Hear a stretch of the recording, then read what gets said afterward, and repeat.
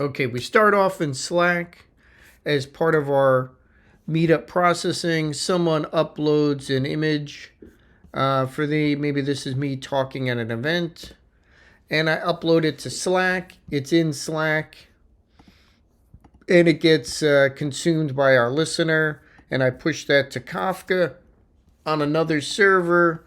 This gets processed through the system, and it gets filtered out, and seeing that it's a PDF, seeing that it's an image, gets downloaded, and then gets called through all of our Python processors, and it does some different things based on what's going on for each one.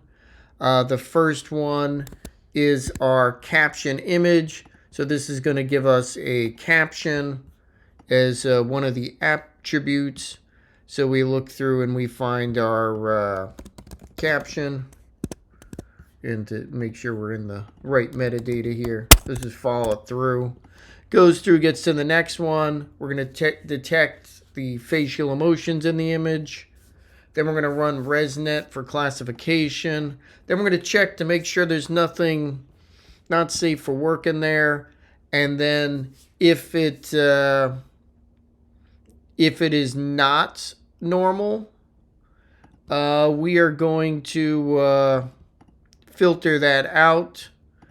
And maybe we should make it more than 20%. I don't know. It's got to be more than 60% normal. The other option is it's not safe for work. And then next up, we're going to build all the different fields we got back from all the 4 different things there. And the different classifications, the captioning, all of that for these images. Make that in a format that everybody likes. I'm going to send one message to Discord and one to Slack. And if we look here, here's our message in Slack. What's the date? A unique ID. There's the caption. There's a man standing on stage with a microphone. That was me. And you can see the user who uploaded it, when, what time zone. Then we could see RESNet military uniform. Well, Pac-Man, I guess, is military. We got our RESNet classification listed there. And then we've got our 5 different labels. We've got a neutral appearance, because I'm just kind of like talking. 19% angry, happy, sad, a little bit of each. 99% normal image. It is not safe for work. So that one worked too.